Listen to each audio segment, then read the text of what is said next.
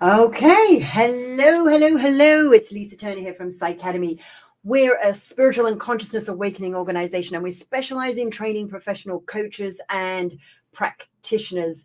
The techniques that we've developed here they've been used in the military to coach leaders, to coach leaders in industry, and even politicians and members of parliament. So we're in this series of Facebook Lives. Just get myself comfy.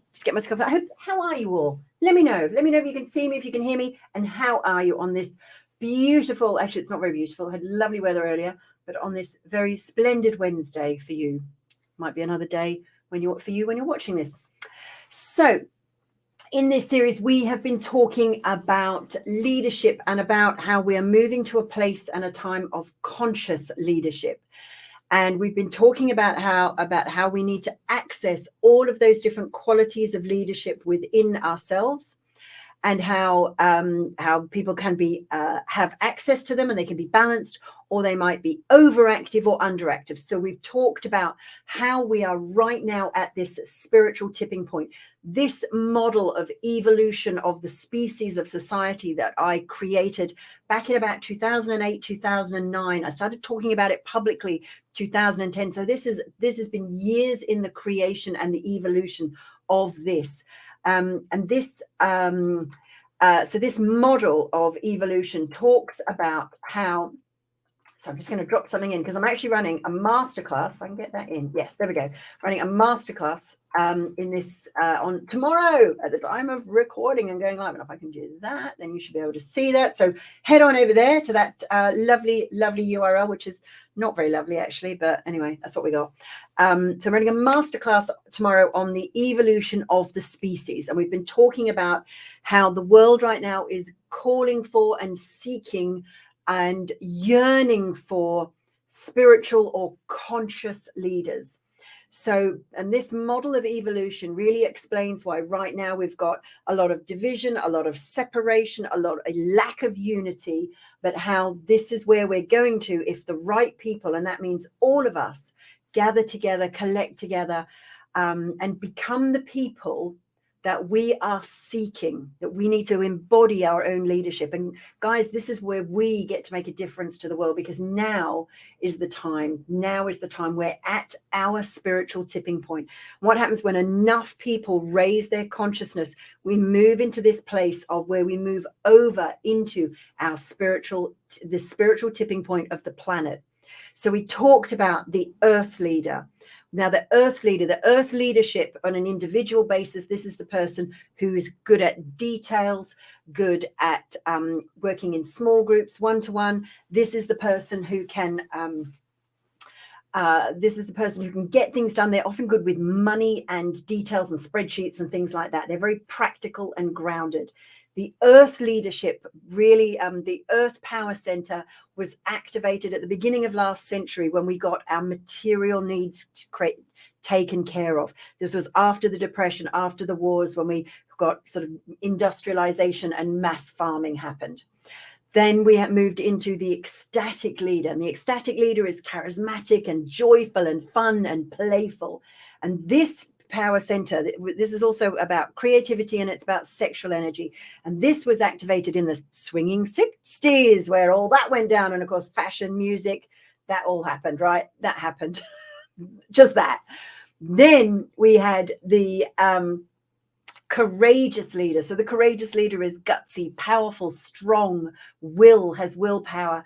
And this was activated in the 80s when we had the kind of me, I, individual identity generation, kind of time of Thatcher, but also in America, there was a lot of big stock market booms went on there. So that was the 80s, sort of was the time of the courageous leader.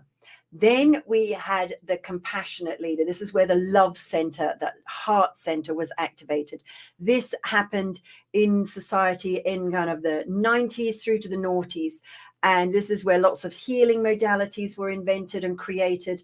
And this was also, so in an individual, this is where you can go for the win-win. Now, then we moved, it's a win-win, love, compassion, full, true empathy, but without being swallowed and washed away in their emotions. Then we had the throat chakra activated, the throat leadership, the truthful leader. This is the person who can speak their truth, hear the truth. This is the time of the naughties and the internet generation and all the Facebooks and the Twitters and the YouTubes and all of those. And now, we've got all the TikToks and all of this. Everyone's talking, everyone's listening. And this is the throat chakra, the truthful leader being activated. The truthful leader is the person who can read through the patterns, that they can see the patterns in the chaos. They can read between the lines. Then we had the visionary leader. And what was really interesting is before any leadership power center is activated, on tomorrow's call, I'm going to share with you the most exciting thing that's happening right now. I know how you can ride these waves, how you can access the energy of this, of what's happening right now. Because it's like, when you go surfing, you surf out and there's this wave of energy and you want to catch it, and you've got to be traveling at the same speed as the wave or you miss it. Now, today we're talking about conscious leadership. So let's talk about the conscious leader. So the conscious leader, this is the person who they appear almost to be a miracle worker. And by the way, if you can see me or hear me, just let me know and pop a comment in there. That would be really cool. I'd love, just put me in the comfort zone there so I know you can see me and hear me. Had some funky stuff going on with tech yesterday. Who knows why? So conscious leader, this person almost appears to be a miracle worker. They almost transcend the laws of nature. They're completely in tune with higher knowledge and wisdom. And this leader experiences everything as divine, and they are beyond judgment. They're all about unity. So, yesterday when I talked about the visionary leader and about how when you've got an overactive visionary leader, you're almost delusional and paranoid.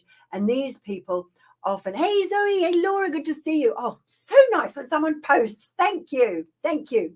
So yesterday we talked about the overactive visionary leader and how they're often a bit delusional, a bit paranoid, and it's all about them and us. When we've burst that, and it's gone beyond that into the conscious leader, what happens is we come into this place of where people can create anything they desire.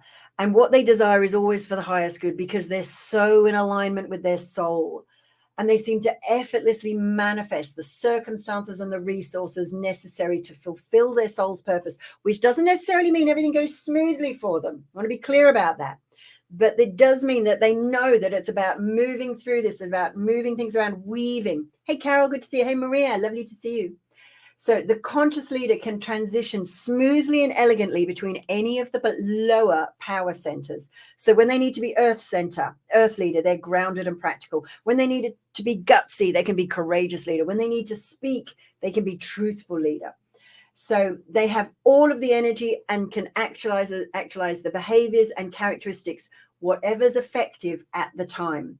They can move from being highly compassionate, but also having really strong boundaries. And in fact, that's how they do it. They can be compassionate because they have strong boundaries.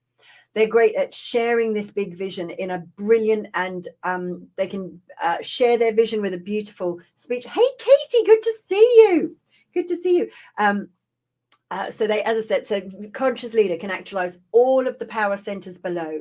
They can be beautifully psychic with a toolbox of clairvoyance, claircognizance, channeling, telepathy, out-of-body travel, and then they can work a spreadsheet and to make the books balance, so they can use all of the power centers.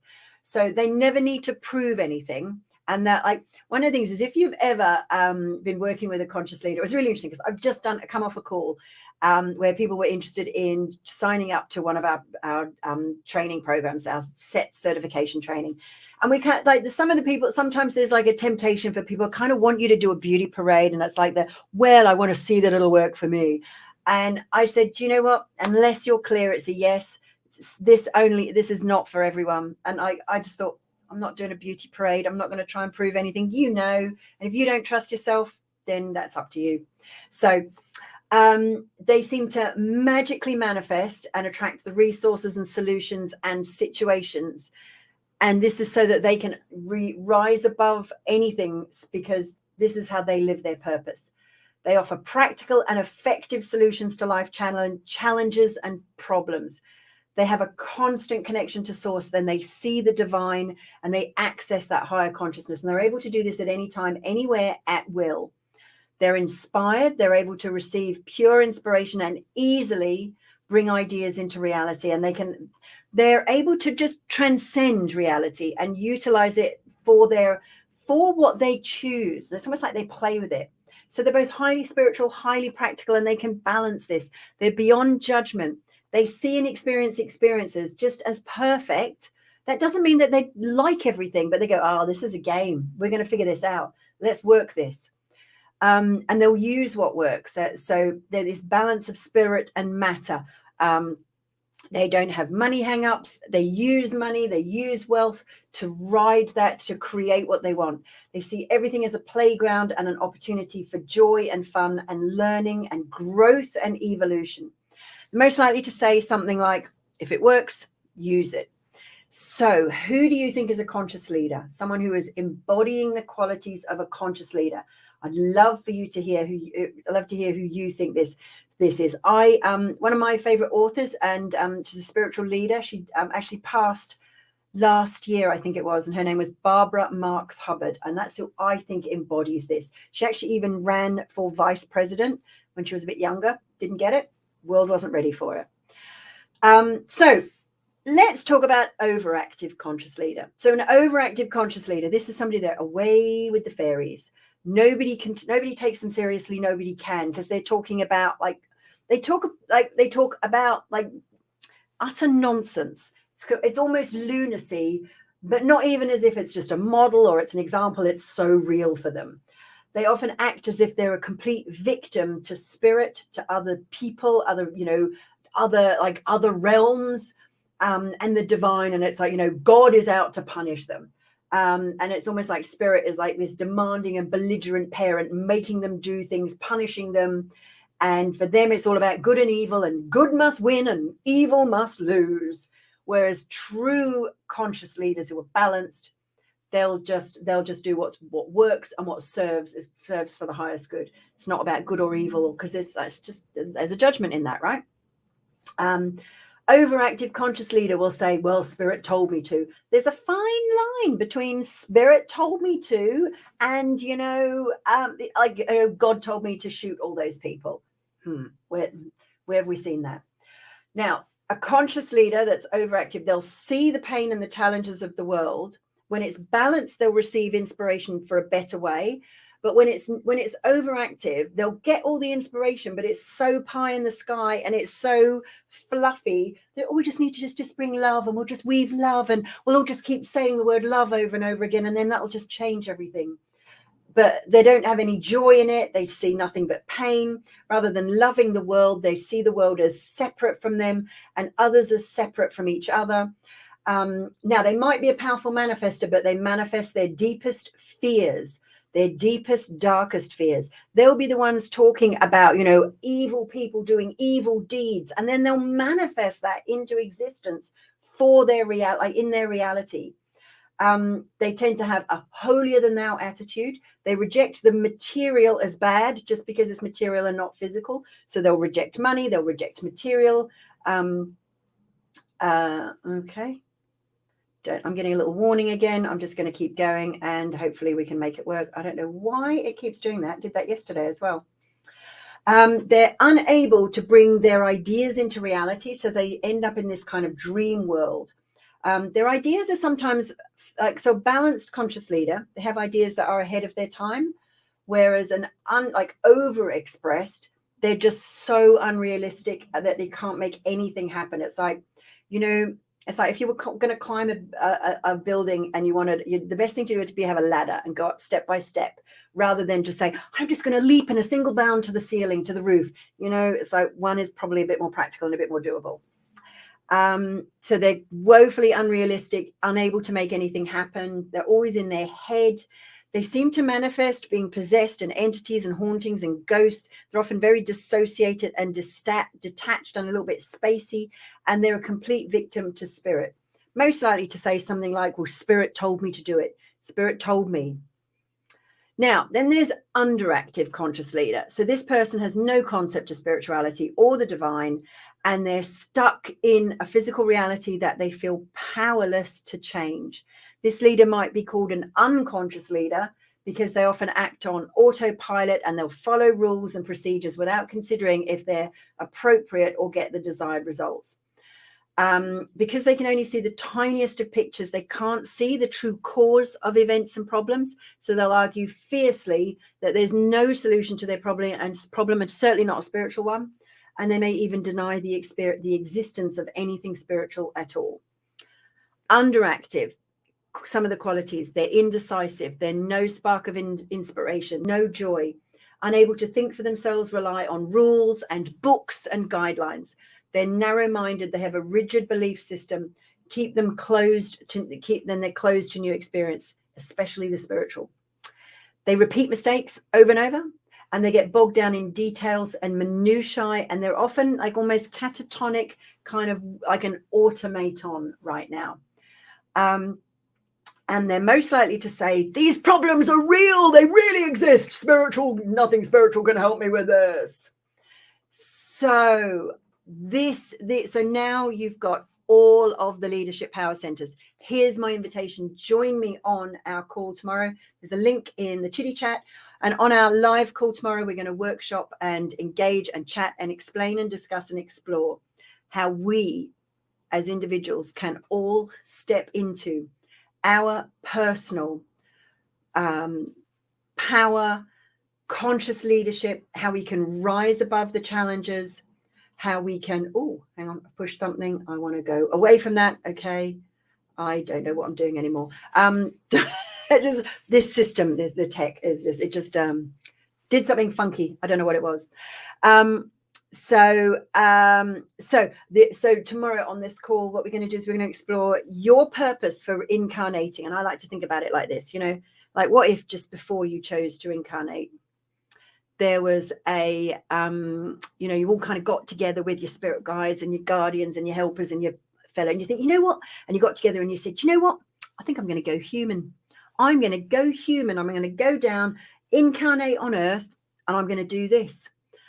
And I wonder if you know what this is that your soul chose to go human for. Have you forgotten what that is? And if you've remembered, are you doing it? Are you living it? Are you being that conscious leader? Every single thing that you see in the world that you'd love to change, that's what you can change when you join us, when you know how. So join us on our call tomorrow.